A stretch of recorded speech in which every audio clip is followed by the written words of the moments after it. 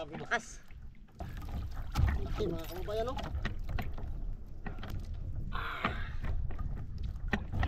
Nandito na naman po tayo ngayon sa Dayo mga kababayan, sa Kustansya. Binalikan po natin. May nakapagsabi po sa atin na habol daw po yung bugita dito.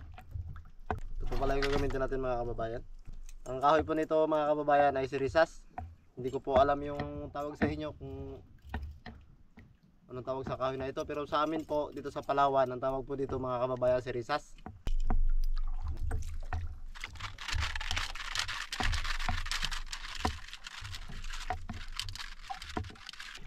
Sagwan lang po tayo mga kababayan. Antayin po natin bumigat. Pag bumigat po ito mga kababayan, ibig sabihin po may sumampa na pugita sa ating katian.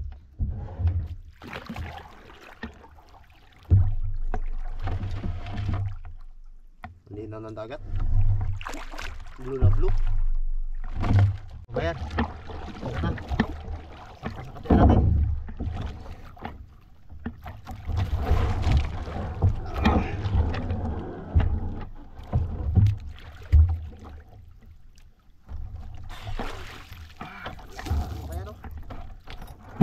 Grabe lakas. Nahulan natin mga kababayan.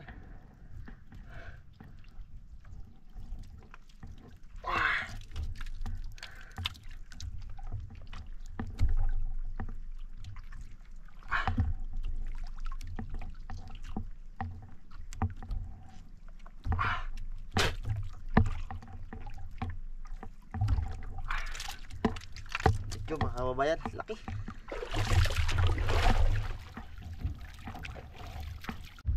Mga kababayan, nampahan na naman.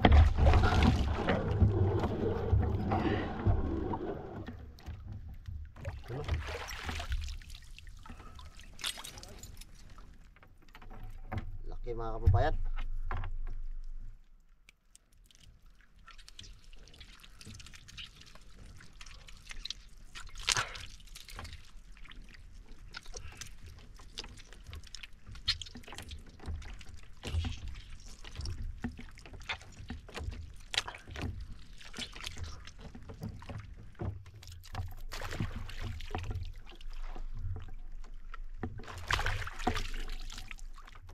Patay na mga kababayan. Pag nagpalit na siya ng kulay mga kababayan, ibig sabihin nahilo na siya, nawala na siya ng malay. Kaya natin kinakagat dito mga kababayan para mawalan siya ng malay. Dito sa pagitan ng mata, sa gitna, mahilo siya, hindi na siya makapalag. Mga kababayan, nakasisid ang aking pinsan ng ranga-ranga na malalaki dito sa Kustansya. Ito, yan, lalaki nito. May pang-ulam tayo. Mga kababayan,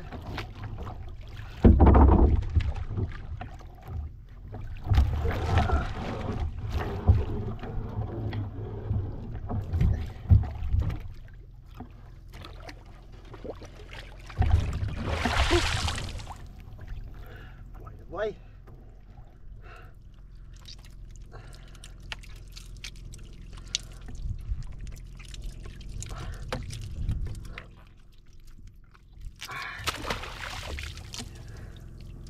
Pag ganitong kulay mga kababayan, yung kalahati puti, kalahati naman itim, ibig sabihin yung na-paralyze sa kanya mga kababayan, yung kalahati lang.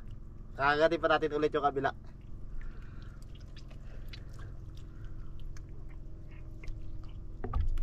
Ayan, puti na siya lahat mga kababayan. Ibig sabihin buong katawan niya mahina na yan. Mga kababayan, ano naman tayo?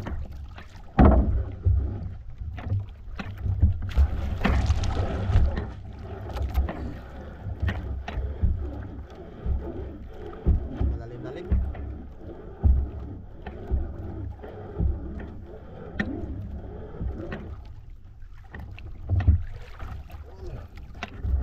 Size mga kababayan.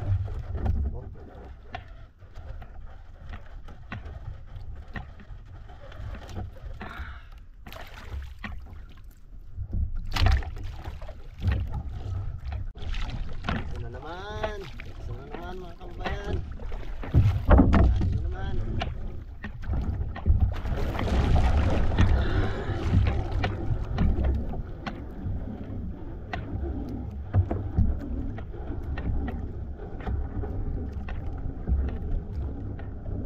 malalim yung hapon niya.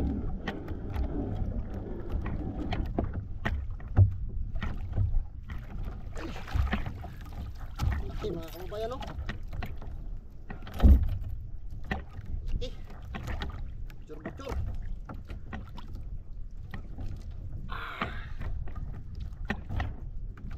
Oh. Bigat-bigat mga kababayan. Tingnan natin.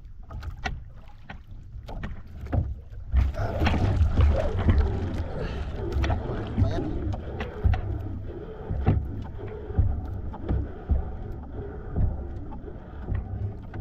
Naman.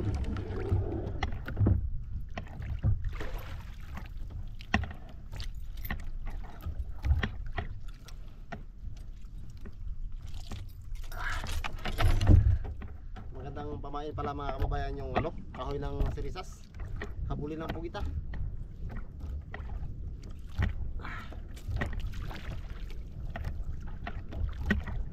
Oh.